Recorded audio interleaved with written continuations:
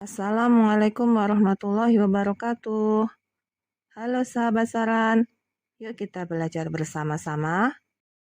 Pada video kali ini kita akan belajar tentang sifat-sifat bilangan bulat. Oke, langsung saja kita ke sifat bilangan bulat yang pertama, yaitu tertutup. Yang dimaksud tertutup di sini yaitu tertutup terhadap operasi penjumlahan dan perkalian, yang artinya yang pertama, jika A dan B bilangan bulat, maka hasil dari A ditambah B adalah bilangan bulat. Sebagai contoh, 2 ditambah 3 sama dengan 5. Kita lihat 2 dan 3 merupakan bilangan bulat. Maka 2 ditambah 3 yang hasilnya 5 juga merupakan bilangan bulat. Selanjutnya, tertutup terhadap operasi perkalian. Artinya, jika A dan B bilangan bulat, maka hasil dari A dikali B adalah bilangan bulat juga. Sebagai contoh, 4 dikali 2 sama dengan 8. Kita lihat 4 dan 2 merupakan bilangan bulat, maka perkalian dari 4 dan 2 yang hasilnya yaitu 8 juga merupakan bilangan bulat. Oke, sifat bilangan bulat yang kedua yaitu komutatif atau tukar tempat. Yang pertama, komutatif terhadap operasi penjumlahan. Misal, jika A ditambah B, maka sama dengan B ditambah A. Sebagai contoh, 2 ditambah 3, maka sama dengan 3 ditambah 2. Kemudian, jika kita punya 7 ditambah 2, maka sama dengan berapa? Ya, benar sekali. Tinggal kita tukar tempat saja ya, menjadi 2 ditambah 7. Oke, itu untuk operasi penjumlahan. Selanjutnya, komutatif terhadap operasi perkalian, yaitu jika kita punya A dikali B, maka sama dengan B dikali A. Sebagai contoh, 5 dikali 3, maka sama dengan kita tukar tempatnya menjadi 3 dikali 5. Lalu, jika kita punya 4 dikali 8, maka sama dengan berapa? Ya, betul sekali, sama dengan 8 dikali 4. Oke, sampai di sini paham kan ya sahabat Saran? Perlu diingat, sifat komutatif ini berlaku pada operasi penjumlahan dan perkalian saja ya, tidak untuk operasi pengurangan dan pembagian. Lanjut, sifat yang ketiga yaitu asosiatif atau pengelompokan. Sifat asosiatif ini juga hanya terdapat pada operasi penjumlahan dan perkalian. Yang pertama, asosiatif terhadap operasi penjumlahan, yaitu jika dalam kurung A ditambah B, kemudian ditambah C, maka sama dengan A ditambah dalam kurung B ditambah C. Sebagai contoh, dalam kurung 3 ditambah 2, lalu ditambahkan 5, maka sama dengan, kita lihat rumusnya ya, berarti sama dengan 3 ditambahkan dalam kurung 2 ditambah 5. Contoh lainnya, dalam kurung 8 ditambah 3, lalu ditambahkan 6, maka sama dengan berapa? Ya, betul sekali, yaitu sama dengan 8 ditambah dalam kurung 3 ditambah 6. Selanjutnya, asosiatif terhadap operasi perkalian, yaitu jika dalam kurung A dikali B, lalu dikalikan C, maka sama dengan A dikali dalam kurung B dikali C.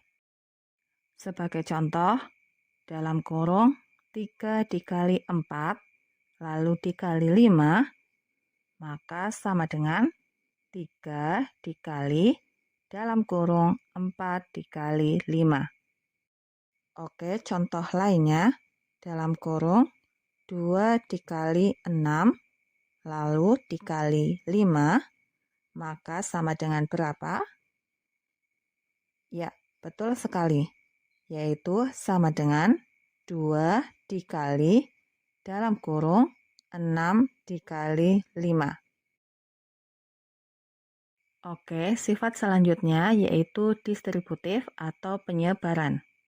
Yang pertama, jika A dikali dalam kurung B ditambah atau dikurang C, maka sama dengan A dikali B, lalu ditambah atau dikurang A dikali C.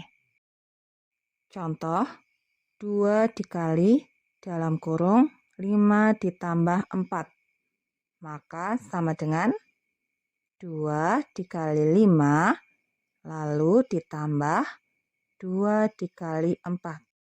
Oke, kita hitung. Sama dengan, kita kerjakan perkaliannya terlebih dahulu ya, yaitu sama dengan 2 dikali 5 sama dengan 10. Kita tuliskan 10, lalu ditambah 2 dikali 4 sama dengan berapa? Ya, sama dengan 8. Kita tuliskan 8. Setelah itu kita jumlahkan. 10 ditambah 8 sama dengan berapa? Ya, sama dengan 18. Oke, kita tuliskan sama dengan 18. Ya, seperti itu ya cara mengerjakannya. Kemudian, pada sifat distributif yang kedua, yaitu jika dalam kurung A ditambah atau dikurang B, lalu dikalikan dengan C, maka sama dengan A dikali C, lalu ditambah atau dikurang B dikali C. Contohnya, dalam kurung 5 dikurangi 2, lalu dikali 3, sama dengan 5 dikali 3, lalu dikurangi 2 dikali 3. Sama dengan, oke kita hitung untuk perkaliannya terlebih dahulu ya. 5 dikali 3 sama dengan 15. Oke, kita tuliskan 15. Lalu kita kurangi 2 dikali 3 sama dengan 6. Oke, kita tuliskan 6.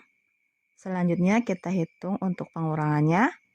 15 dikurangi 6, hasilnya yaitu sama dengan berapa? Ya, sama dengan 9. Oke, kita tuliskan sama dengan 9. Oke, sampai di sini semoga bisa dipahami ya sahabat saran untuk sifat distributif. Sifat bilangan bulat selanjutnya yaitu mempunyai identitas. Yang pertama, untuk identitas penjumlahan yaitu 0. Berlaku A ditambah 0 sama dengan 0 ditambah A sama dengan A. Oke, jadi ketika dijumlahkan dengan identitasnya menjadi bilangan itu sendiri ya. Contohnya, 2 ditambah 0 sama dengan 0 ditambah 2 sama dengan 2. Kemudian yang kedua, untuk identitas perkalian yaitu 1. Berlaku A dikali 1 sama dengan 1 dikali A sama dengan A. Contoh, 4 dikali 1 sama dengan 1 dikali 4 sama dengan 4. Oke, itu untuk sifat identitasnya ya. Kemudian sifat selanjutnya yaitu mempunyai inverse. Untuk yang pertama, inverse penjumlahan. Misal, kita mempunyai A, maka inverse dari A yaitu negatif A. Sehingga berlaku A ditambah negatif A sama dengan negatif A ditambah A sama dengan 0. Dengan 0 merupakan identitas dari penjumlahan. Contoh, misalkan A sama dengan 2, maka inverse dari A atau negatif A sama dengan negatif 2. Oke, kita hitung penjumlahan A dengan inverse-nya yaitu negatif A. Langsung saja ya, kita jumlahkan.